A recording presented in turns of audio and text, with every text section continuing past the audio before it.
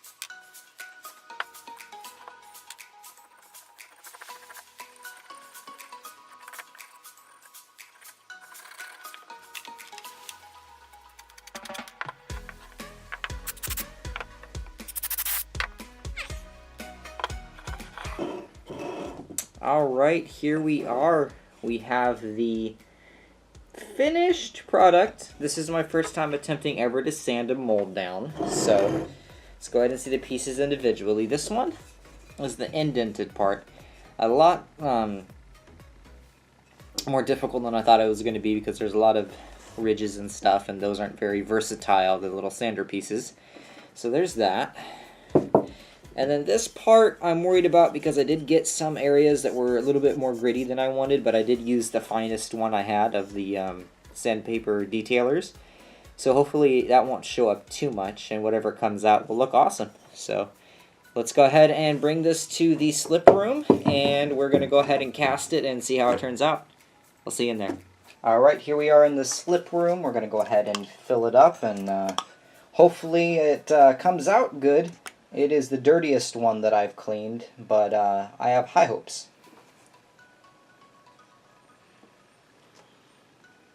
And this one should take about 5 minutes before we have to pour it out. And then with the size... It might not even be 5 minutes with the opening. It's not that narrow. Yeah, might be a little bit less. Yeah. Probably would take the entire time for it to actually gel will probably take about 5 hours, 6 hours though. Yeah, I would say about 5 it's about hours. the same size as one of the last ones we did. Well, it's also according to thickness that you want it as to how long you leave it in. Alright guys, I'll see you in 5 minutes. And it has now been 5 minutes. Let's go ahead and pour it out. Now this process right here, we pour this out because if we leave it in too long, what happens is the actual mold, the plaster itself, soaks in moisture from the I guess that's clay, right? It's slip. Yeah, It's an clay. ancient dirt, but this part of it we're dumping so that it doesn't end up solid. Yeah. So we dump it out because it soaks in moisture and it gels. And so the longer you leave it in, the thicker it becomes. But we don't want to leave it. Get a little closer. Sorry. We don't want to just leave it in here as it's drying. So that's this is actually going to be an ashtray or whatever, something to throw your keys in or something like that. So you can see right in there that's the face of the moon. So hopefully the moon comes out looking okay. But yeah. So as usual, probably take about 4 to 5 hours. So we will see you guys then. All right, here we are about 5 hours later. Gonna go ahead and undo the Velcro and see how the moon ashtray came out. All right. Oh, not bad at all, actually. Yeah, if I can. Yeah, it's a little stuck in there.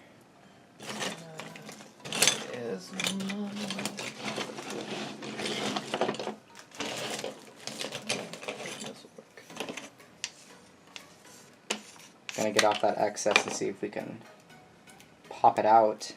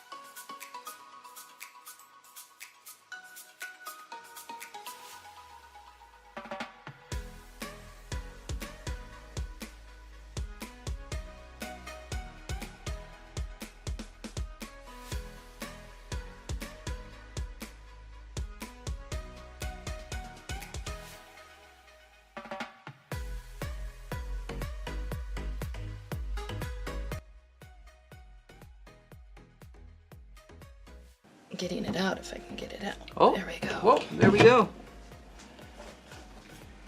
Nice. I'm surprised that it's still, yeah, that can be fixed. Yeah. Oh, yeah, smooths right into it. Yeah, maybe that was part of his eyebrow. Alright, so here it is. We took a mold from 1979 that was extremely dirty, filed it down, cleaned it up with the brushes real good, filled it with slip, and got something that is still able to resemble a moon.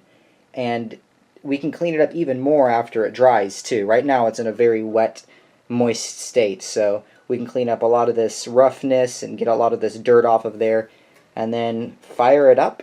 And then if you don't smoke, throw keys in it, put anything you want inside of it. I think it'll be awesome. Don't forget to comment, rate, and subscribe if you like what we're doing.